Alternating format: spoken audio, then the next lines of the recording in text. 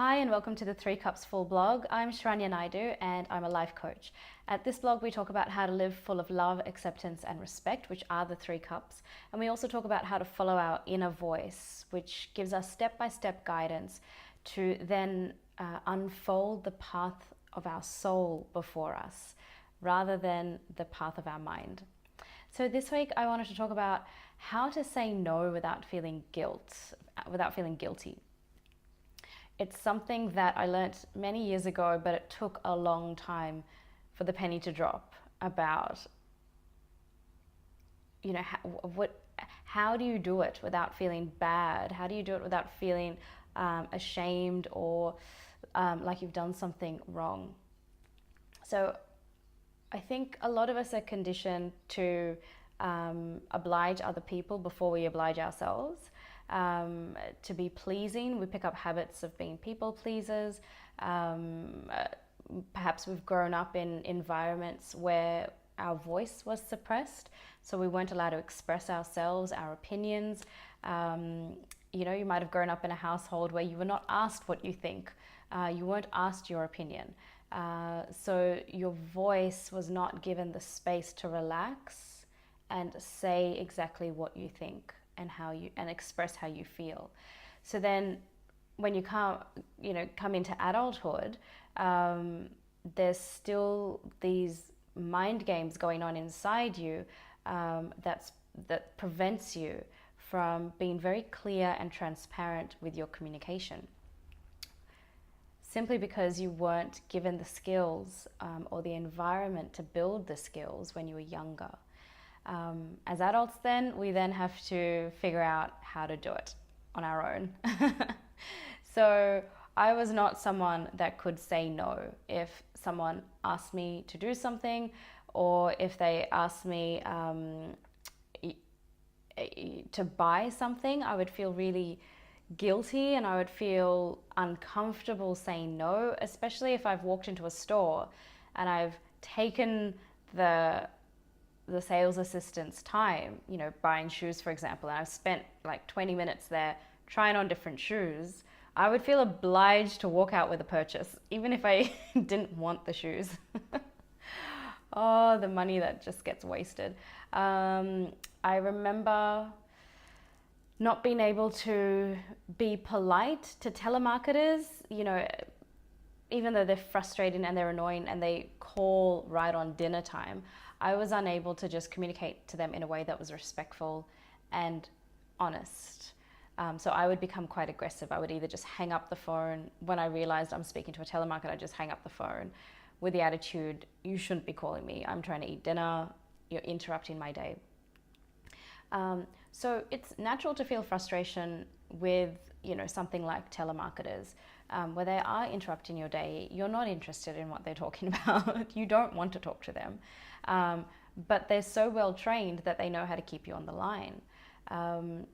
So it's easy to see how one could react in frustration and anger, especially if it's a daily occurrence or a weekly occurrence. It can just build, this frustration can just build.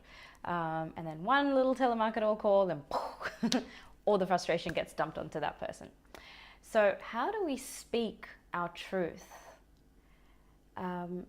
without feeling audacious, without feeling aggressive, without being aggressive, and without being disrespectful to the other person, despite feeling anger and frustration and annoyance on the inside? How do we then allow those feelings to be there, but not act from that space, which is not really our true self? So there were a few things that helped me speak my truth and let go of the guilt. In no particular order, because I can't remember sequence. One of the main things that helped me was Don Miguel Ruiz's book, The 4 Agreements. It's a brilliant book if you've not read it. It's simple. There are 4 agreements you make with yourself that allow you to contain your energy and not allow your energy to leak out and your power to leak out. And one of the agreements is always speak your truth. So when you want to say yes, say yes. When you want to say no, say no. So harmony of your word with your mind and your heart. So I remember reading that chapter in the book, and I thought, wow, okay, it's permission to say yes when I want to say yes and no when I want to say no. And then he went through the consequences of not being able to do that.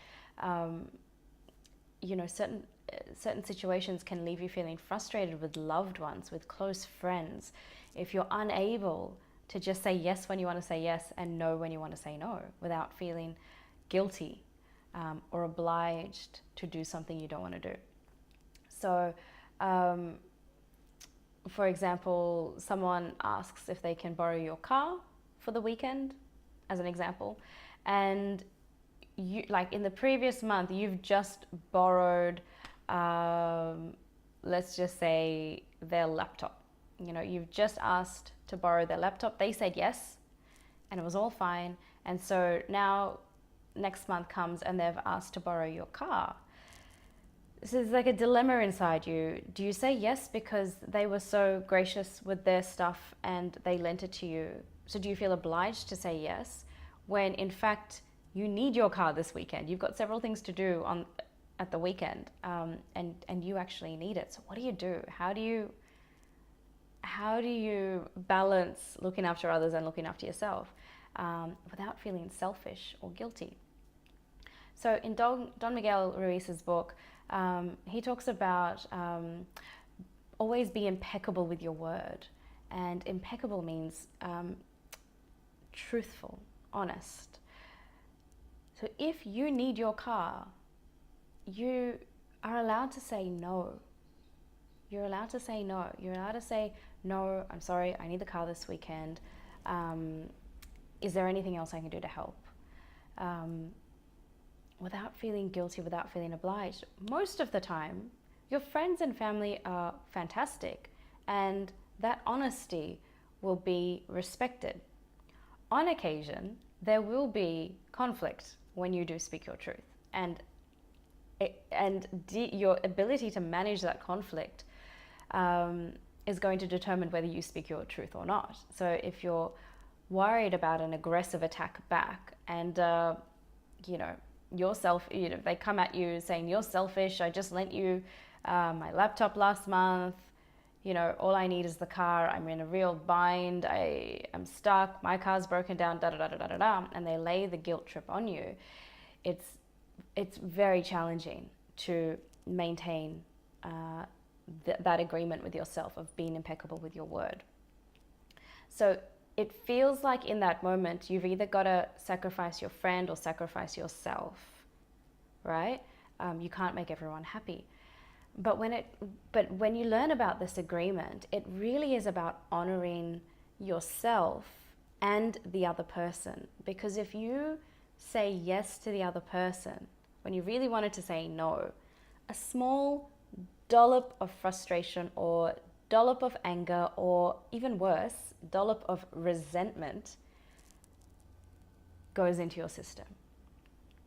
And when you consistently say the opposite of what you want to say, that builds and builds and builds and builds, and it can lead to behavior that's very passive aggressive. So when you're with family members and close people that you can just throw your anger around and they'll forgive you the next day, you'll become aggressive and dominating and almost, disrespectful.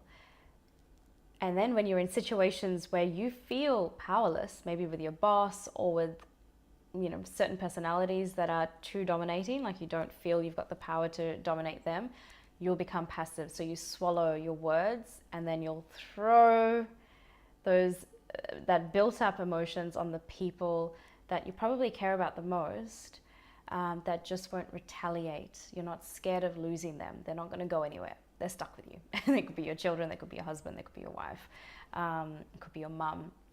You throw it all on her. And so coming into this place of permission where you allow yourself to, allow the words to match the feeling. Say yes when you want to say yes, and say no when you want to say no. With kindness rather than aggression. It's a skill that takes time to develop, especially if it was not developed when you were young. So there's a lot of things you've got to overcome when you're older, because when you were young, perhaps you were told, children are meant to be seen and not heard. Perhaps you grew up with a very dominating parent that told you what to think and told you how to think, and was not interested in hearing what you had to say, not interested in asking your opinion on anything. So how do we feel okay with saying yes when we want to say yes and no when we want to say no? There's a few rules. So that book helped me. The second thing that helped me was an experience from the universe when I was asking for help from the universe, like, help me, help me. I feel so frustrated and I feel so annoyed and angry all the time because I'm not expressing myself, but I'm too scared to actually say what I want to say. And an interesting thing happened that really shifted me, and it was all to do with a course that I was thinking about going on, and it was a really expensive course. It was a few $1,000s, and I had just done the starter course, that was maybe like a few $100s, and I was contemplating whether I should go to the next level and spend a few grand and do this next course. So I was indecisive about it. And so they've got a sales team, and then one of the sales guys called me up one day and told me about, the course. And I was like, okay, right, I'll think about it, and he was going to call me back the next day. So I had thought about it after I learnt what it involved, and I decided in myself that I don't want to do it. But I didn't know how to express that. So the next day when he called, I was on the phone in my lunch hour for the whole hour talking to him about this course. And I was trying to say no to him. I was trying to say, no, look, I just don't have the money right now. No, I don't have the time. I need time off work. No, I'm not sure if this is the right course for me. And with every single reason that I gave to why I don't think I should do this course, he had a perfectly logical solution for it. So he had a solution for each of these things. You don't have the money, payment plans. Pay it off over a year. If you don't have the time, sign up to the following course when you can have more time to arrange leave. If it's not the right course for you, he went through all the reasons that I thought it wasn't the right course, and he kind of educated me or explained to me why this course would help me. And so after an hour, I was exhausted. I was hungry because I didn't get a chance to eat my lunch. I was so angry. I was so annoyed. And he said, look, have a think about it again and I'll call you back tomorrow. And I thought, okay, fine, yes. So I was seething. I was sitting with this anger. I'm like, why couldn't he just take the hint? Why didn't he understand? I was saying no. Why did he just keep persisting? I was so angry with him. I projected all of this anger onto him, and really what I was doing was my inability to communicate strongly what I was feeling and what I was thinking. I was just projecting on him for perceiving that he was being aggressive and not listening to me. And so I sat with that feeling and I was thinking, oh, universe, help me. I don't want to spend this money. I feel I'm going to spend this money because I feel obliged to, when someone spent time with me to hand over the money and just pay for it.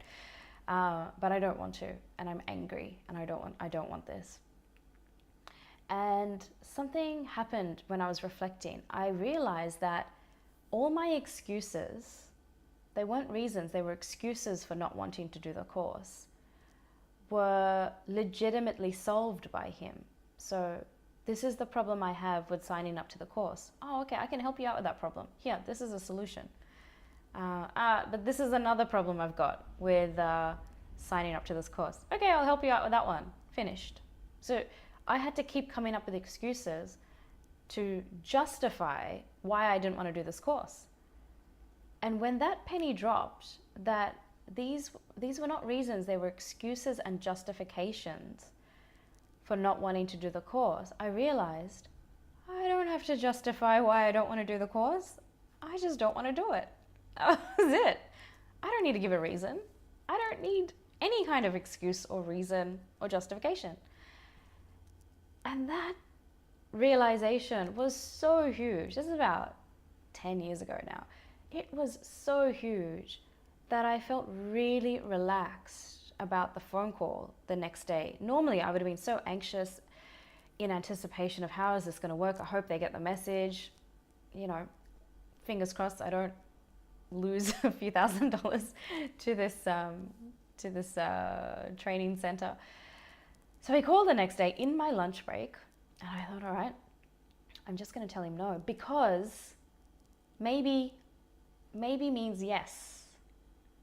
You know, any excuses, any justifications mean maybe, and to them, maybe is a possible yes. I had not told him no, even though I thought I had several times. I had not once told him no.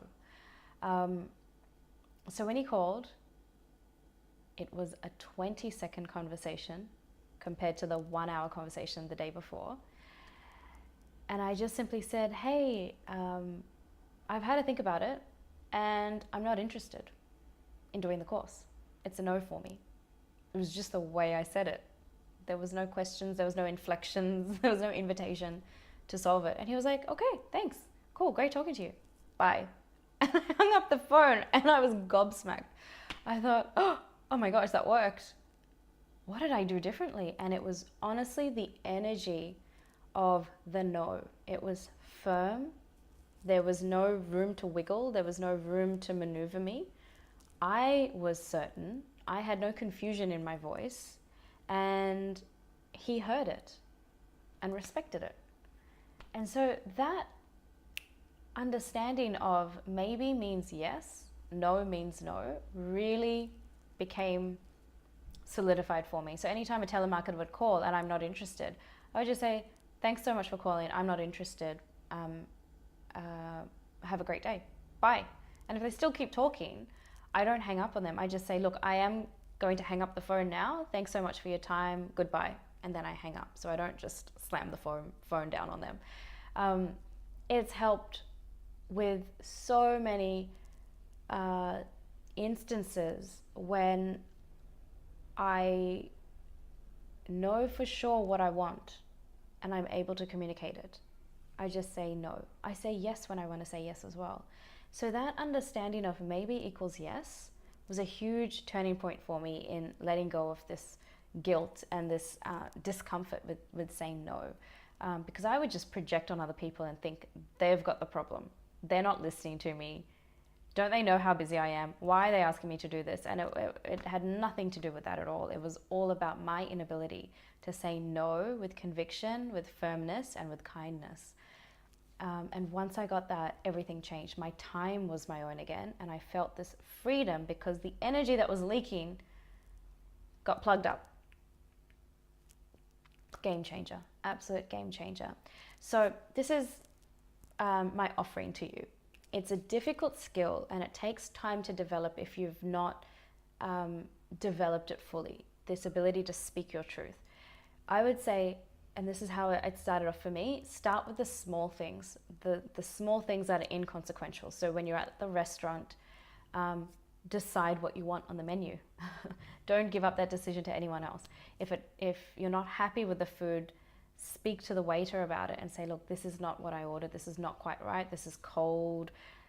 This has got a fly in it, whatever it is, but speak up, speak your truth and express yourself. Give yourself permission to speak in the small instances. And what this does is it builds that muscle of being able to speak up and speak your truth and express yourself in a way that's assertive and not aggressive. Word of warning, when you do it for the first few times and you're communicating to another person, it will come out as aggressive if you've been passive before. It will come out as aggressive because that skill, that fine tuning has not developed yet.